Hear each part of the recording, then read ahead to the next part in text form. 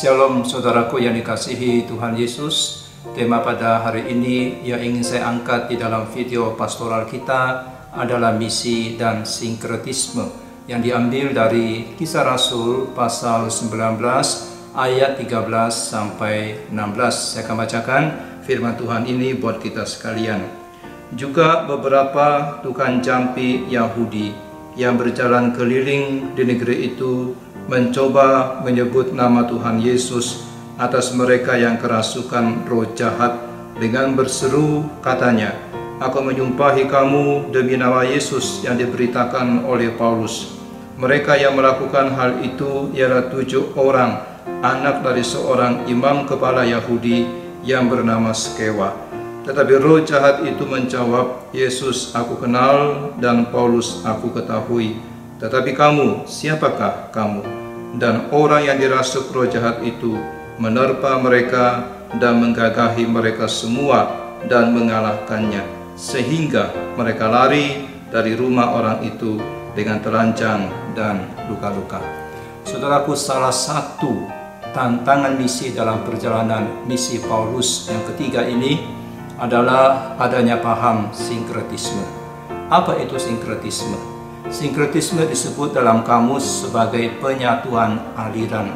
Sedangkan istilah ini di dalam hal agama oleh Berkhof dan Enklaar, dia menyebutkan itu mencampur adukan agama-agama. Itu disebut sebagai sinkretisme. Dan Josh McDowell dalam bukunya dia menyebutkan bahwa sinkretisme adalah usaha penyatuan dan pencampur adukan berbagai-bagai faham agama dengan kecenderungan untuk mendamaikan faham-faham itu. Nah, saudara, sinkretisme adalah sebuah usaha mencampur adukan agama-agama menjadi satu. Orang yang menganut paham sinkretisme itu termasuk orang yang abu-abu. Dia menyatakan dirinya percaya kepada Tuhan, tetapi sambil juga dia percaya kepada hal-hal yang lain. Jadi keselamatannya tidak jelas. Dia belum sepenuhnya ikut Tuhan, dia belum sepenuhnya percaya kepada Tuhan Yesus. Nah, saudara, dalam perjalanan misi Paulus bertemu dengan tukang jampi Yahudi, yakni 7 orang anak dari seorang imam kepala Yahudi yang bernama Skewa. Nah, mereka ini berjalan berkeliling negeri itu.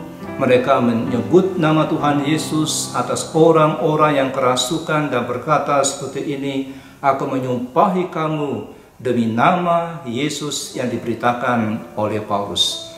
Nah, kelihatannya mereka ini, anak-anak Skewa ini sudah percaya kepada Tuhan Yesus karena mereka memakai nama Tuhan Yesus untuk mengusir setan. Saudara, kalau saudara berjumpa dengan orang yang seperti ini, kita pasti menganggap dia adalah hamba Tuhan karena dia mengusir setan demi nama Tuhan Yesus.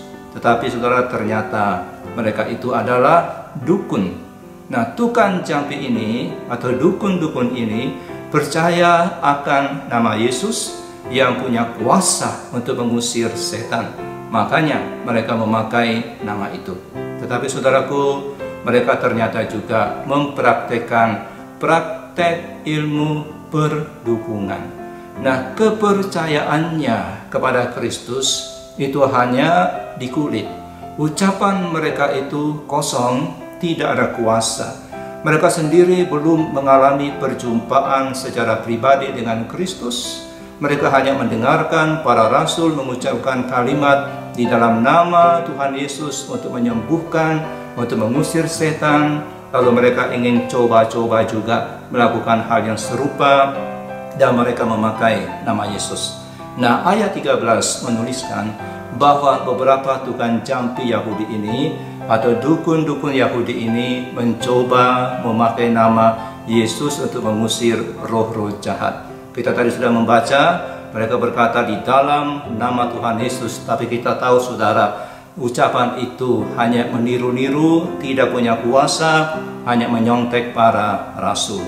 Nah, anak-anak Skewa ini, para dukun-dukun ini, mereka belum memiliki hal yang paling utama. Mereka hanya mendapatkan kulitnya, mereka hanya mendapatkan rumusannya di dalam nama Yesus, hanya itu.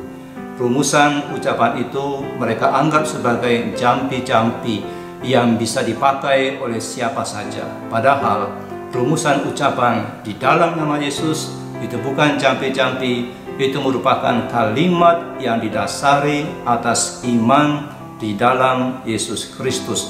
Kalimat itu hanya efektif ketika diucapkan oleh orang yang percaya kepada Tuhan Yesus. Dan saudara, tentunya ketika kita mungkin berada di tempat itu dan ketika kita baca bagian ini, kita menganggap bahwa anak-anak Skewa ini, para dukun-dukun ini tidak perlu lagi untuk diinjili, karena mereka sudah percaya kepada Tuhan Yesus, karena mereka memakai nama Tuhan Yesus.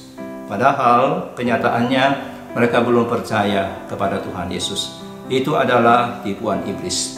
Demikian banyak orang sekitar kita yang kelihatannya sudah Kristen sehingga kita merasa mereka tidak perlu lagi diinjili. Padahal imannya yang hidup, iman yang benar itu belum mereka miliki.